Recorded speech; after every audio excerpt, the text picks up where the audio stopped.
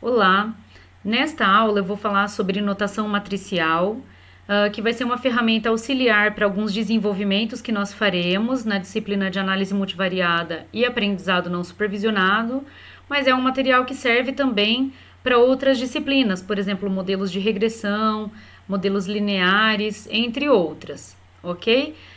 Para produzir esse material, eu me baseei no livro do Johnson e Wickern, Applied Multivariate Statistical Analysis. E eu gostaria de sugerir para vocês que uma forma de estudar, né, para a gente se acostumar com essa notação, é que vocês escrevam, né, anota no seu caderno, no seu bloco de anotações, escreve aqui tudo o que a gente for colocar de notação para você se acostumar, se habituar com essa notação, ok? Bem, a gente começa então com a notação de vetor. Para a gente, um vetor vai ser sempre um vetor coluna, tá? E a gente vai denotar o vetor com um tio embaixo, então uma letra minúscula com um tio embaixo. E aí, em geral, você vai indicar, né? Você pode indicar ou não o número de linhas que tem nesse vetor. Então aqui eu vou indicar como V com tio embaixo, igual a um V com tio embaixo S por 1, um vetor que tem S linhas e uma coluna, e que é composto então dos elementos V1, V2 até Vs, ok? Nas referências, por exemplo, no Johnson e Wickern, você vai encontrar a notação de negrito, ok? Bem, dado um vetor S por 1, nós podemos fazer a multiplicação por escalar. Então, se eu quiser multiplicar o vetor por um escalar C, eu vou multiplicar cada elemento desse vetor pelo mesmo escalar C. Eu posso fazer a soma, elemento a elemento, de dois vetores. Eles precisam ter a mesma dimensão. Então, sejam V um vetor S por 1 e W um vetor S por 1 também, a gente pode definir a soma de V com W fazendo a soma elemento a elemento. Já a matriz, nós vamos usar para a notação uma letra maiúscula sem o tio embaixo, tá? Alguns autores usam negrito também para matriz, nós não usaremos aqui, tá? Então, a matriz A é uma matriz que tem elementos A1, A12 até A1M, e aí assim por diante, a segunda linha A21 até A2M, a enésima linha AN1 até ANM, tá? Então, é uma matriz com N linhas e M colunas. Se M for igual a N, nós temos uma matriz quadrada, A N por N, né? Então, é uma matriz quadrada de ordem N. A matriz, eu também posso fazer o produto por um escalar. Então, se eu quiser calcular A vezes um escalar C, eu vou multiplicar cada elemento dessa matriz por esse mesmo escalar C. O resultante é uma matriz de mesma dimensão da A, ou seja, N por M. Eu também consigo fazer a soma de duas matrizes, para isso elas têm que ter a mesma dimensão, então as duas têm que ser N por M. A e B, eu consigo fazer a soma então de A com B, somando elemento por elemento. A matriz resultante tem mesma dimensão das originais. Se eu quiser fazer o produto entre duas matrizes, elas precisam ter essa característica que o número de linhas da segunda é igual ao número de colunas da primeira, tá? Então, a gente vai pegar a primeira linha da A, multiplicar pelos elementos da primeira coluna de B. Isso, o elemento resultante vai ser, então, soma para I de 1 até M, de A, 1I, vezes B, I1, tá? Então, os elementos da primeira linha vão ser multiplicados pelos elementos da primeira coluna, né? De A e B, respectivamente. O segundo elemento, eu vou pegar a primeira linha de A, multiplicar pela segunda coluna de B. E aí, eu vou ficar com o meu elemento aqui, 1, 2. E assim por diante, né? A gente repete, então, faz essa multiplicação da primeira linha de A com a coluna de B até a última coluna de B, que seria a pésima coluna, né? E aí eu passo para a segunda linha de A, pego os elementos da segunda linha de A, multiplico pela primeira coluna de B, depois segunda coluna de B e assim por diante, tá? A matriz resultante, ela vai ter a dimensão N por P, ok? Então, o número de linhas de A pelo número de colunas de B. se existe o produto de A por B, não necessariamente existe o produto de B por A, tá? Isso depende de você olhar se as dimensões são compatíveis para você fazer o produto matricial, ok? Matriz transposta e vetor transposto. Então, as linhas vão virar colunas. Se eu tinha uma matriz A que era N por M, então agora a matriz transposta vai ser M por N, tá? E os elementos, então, das linhas vão virar os elementos da coluna. Então, notem que aqui a primeira coluna é formada pelos elementos que eram os elementos da primeira linha de A, e assim por diante, tá? Já o vetor transposto, né? Então, se eu tenho um V que é S por 1, o V transposto vai ser um vetor linha, que tem, então, os elementos que antes estavam em uma coluna, agora estão em uma linha com a mesma ordem, tá? Então, agora, o V transposto é um vetor de dimensão 1 por S, ou seja, tem uma linha e S colunas. Nós vamos utilizar o produto interno de dois vetores, eles precisam ter a mesma dimensão, tá? Então, dado V um vetor S por 1, eu vou conseguir fazer o produto interno dele com um W, se o W também tiver dimensão S por 1, tá? E o produto interno, ele vai ser definido como V transposto W. Então, o V transposto é uma linha e o W é uma coluna. Então, eu vou multiplicar o primeiro elemento de V pelo primeiro elemento de W, mais o segundo elemento de V vezes o segundo elemento de W, até o último elemento de V vezes o último elemento de W, tá? O produto interno, ele tá nos reais, tá? Então, ele tem dimensão 1 por 1. Então, aqui, se a gente quiser ver a dimensão resultante, o V transposto é 1 por S, o W é S por 1, então o resultante fica 1 por 1. Bom, então para uma matriz A, que é N por M, ou seja, N linhas e M colunas, uma matriz real, né? E um vetor V com dimensões S por 1, A transposta é a matriz transposta de A e V transposto é o vetor transposto de V. O determinante, né? Então, é uma função que leva uma matriz em um número que pode ser calculado para qualquer matriz, mas conforme a gente aumenta a ordem da matriz, começa a ficar mais complicado para calcular o determinante, né? Em estatística, muitas vezes o determinante vai ser interessante para a gente comparar, né? Por exemplo, duas matrizes de variâncias e covariâncias, como tem muitos elementos, muitas vezes a gente usa o determinante para resumir a informação de cada matriz, tá? Então, é uma forma de comparar, por exemplo, a variabilidade existente, né, em dois conjuntos de dados através das suas matrizes de variâncias e covariâncias. A gente vai usar det de A ou duas barrinhas assim para indicar o determinante de A. O traço de A, que a gente vai usar em alguns momentos aqui também, né? Então, uma função que também leva uma matriz em um número e que especificamente é a soma dos elementos da diagonal principal de A, ou seja, a gente só consegue calcular o traço e também o determinante para matrizes quadradas, ou seja, matrizes que têm dimensão n por n. A menos 1 é a matriz inversa de A, se A admitir inversa. Dim de A é a dimensão de A, né, que em geral vai estar no formato número de linhas por número de colunas. R de A é o posto de A, que é a ordem da maior submatriz quadrada de determinante não nulo de A. Posto vai ser, no máximo, o mínimo entre o número de linhas e o número de colunas de A. Por quê?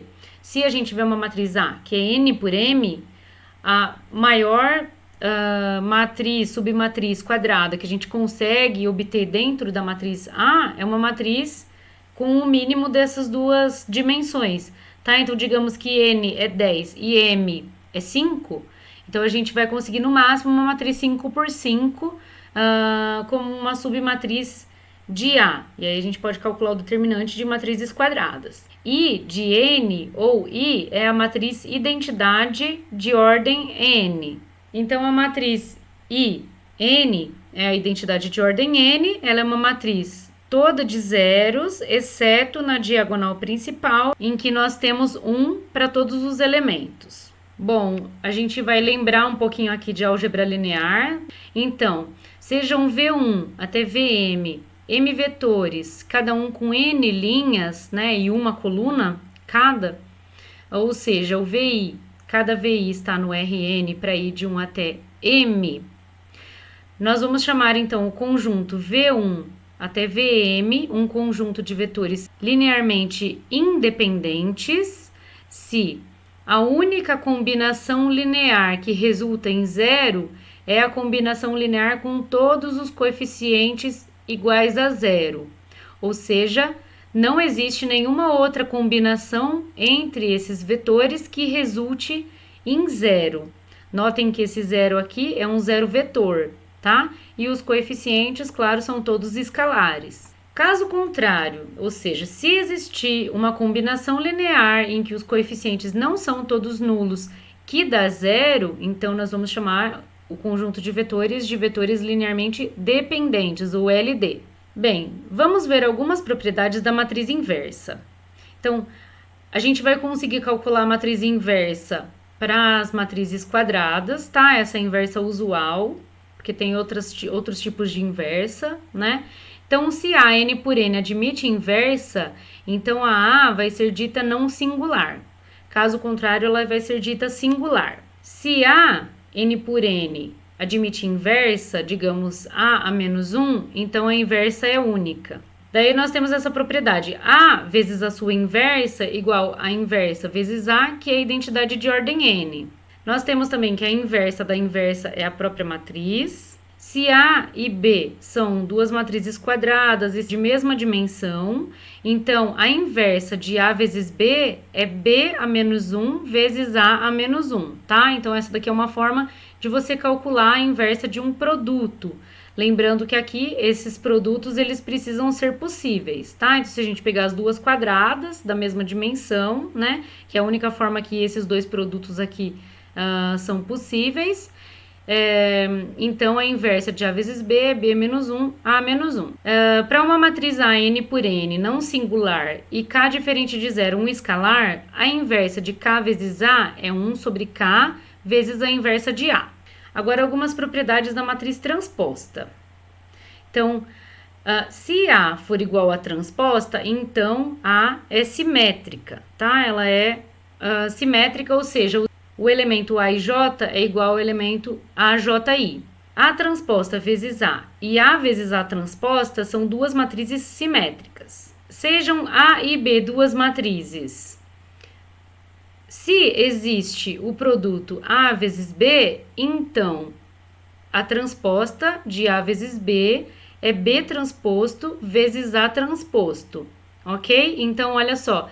A transposta e a inversa, elas têm essa mesma propriedade aqui, né? Que você vem calculando, então, A vezes B transposta, você primeiro coloca a transposta na matriz mais à direita e depois você vai calculando as transpostas, então, da direita para a esquerda, tá? Só que elas vão entrar aqui da esquerda para a direita. Para duas matrizes quadradas A e B, n por n, o determinante de A vezes B é o determinante de A vezes o determinante de B. O determinante de A, n por n igual a zero, implica que A é singular, e nesse caso ela não admite inversa. Bom, e propriedades do posto de uma matriz, tá?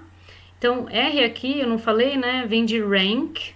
Então, se A é uma matriz quadrada n por n, o posto de A é igual ao posto da sua matriz transposta. Se A é n por n, o posto de A é igual ao posto de A transposta A, que é igual ao posto de A vezes A transposta. Se o determinante de uma matriz quadrada A é igual a zero, implica que o posto de A é estritamente menor do que n. Se A, n por m, em que n é maior do que m, que é, em geral, o caso que a gente tem, né, em problemas de estatística, o R, que é o posto de A, é o número de colunas linearmente independentes de A, ou seja, o posto vai ser no máximo m, que é o número de colunas, tá? Se o posto for exatamente m, nós dizemos que A é de posto completo. caso contrário, A é de posto incompleto, tá? E a mesma coisa aqui análoga quando o N, o número de linhas, é menor do que o número de colunas.